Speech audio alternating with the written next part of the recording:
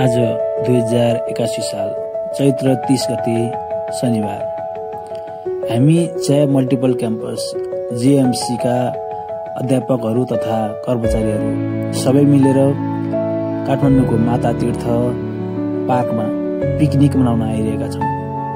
यहाँ हामी सबैजना रमाइलो गरिरहेका छौँ। बिहानको समय हामीलाई त्यति अनुकूल रहेन। हावा हुरी पानी सबैले गर्दा हामीलाई धेरै अप्ठ्यारो परिस्थिति आइसकेको थियो। हामीले आज पिकनिक नमनाइकन घर फर्किने पर्छ कि भन्ने अवस्थासम्म आइसकेको थियो।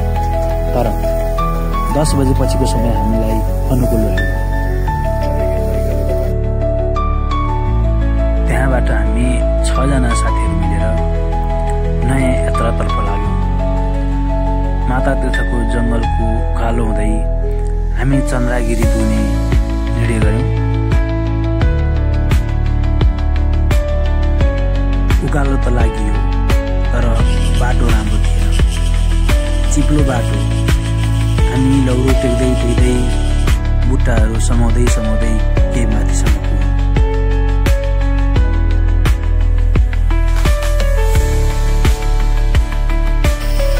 चन्द्रागिरीको जंगलमा हाइकिङ गर्दै गर्दैको अवस्थामा हामी हराएको अवस्था छ।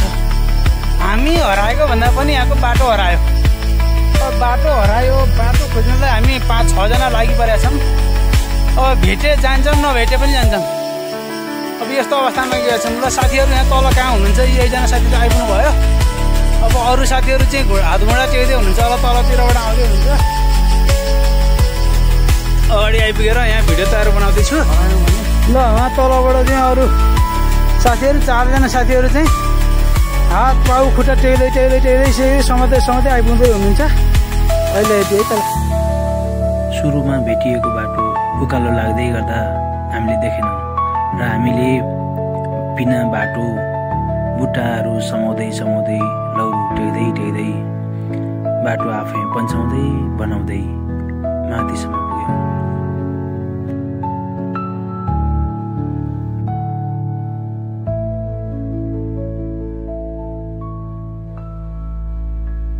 हामी यति अप्ठ्यारो गरी माथि पुगेछौँ। त्यहाँबाट हामी न तल झर्न सक्थ्यौँ न माथि नै जान सक्ने अवस्था थियो। तैपनि हामीले तल जानुभन्दा माथि नै जाने निर्णय गर्यौँ।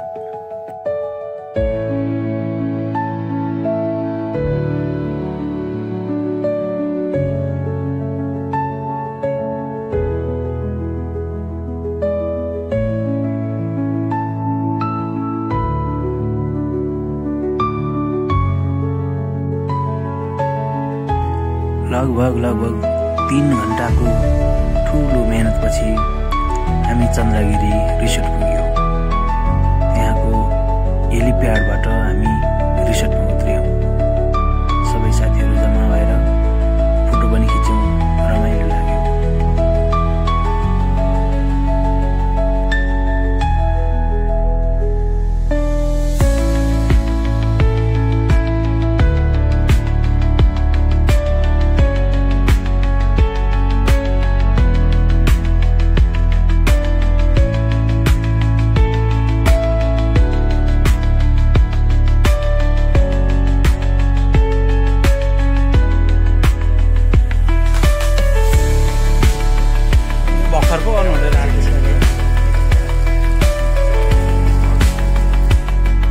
हामी 6 जना साथीहरू एकजना पुग्नु हो।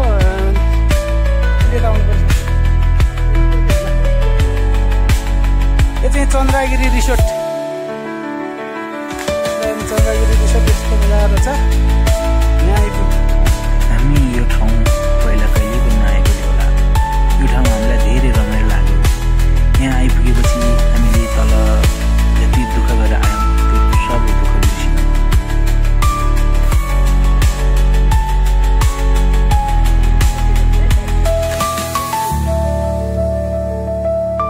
चन्द्रागिरी रिसोर्ट भव्य कन्सर्टको तयारी हुँदैछ। अन्त त हामी 6 जना नै भेट भइयो हैन?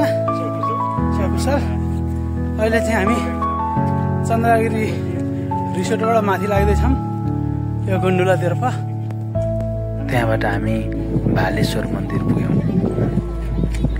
त्यहाँको छोटो बसाइपछि हामी पुनः केबल कारबाट तल झर्ने निर्णय गऱ्यौँ र हामीले त्यहाँबाट वान वे टिकट लिएर केबल कारको पर्खाइमा पुग्यौँ।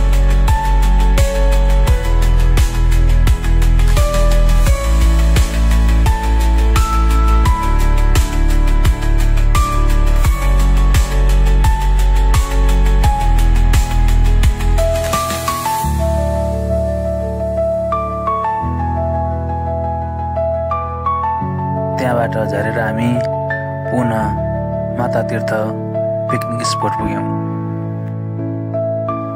यसरी हामी पुनः पिकनिक प्रोग्राममा सहभागी भयौँ, खानासाना खायौँ र फेरि साथीहरूसँग मिलेर नाचगान गर्न थाल्यौँ, जुन हामीलाई धेरै रमाइलो अनुभव भयो आजको दिन।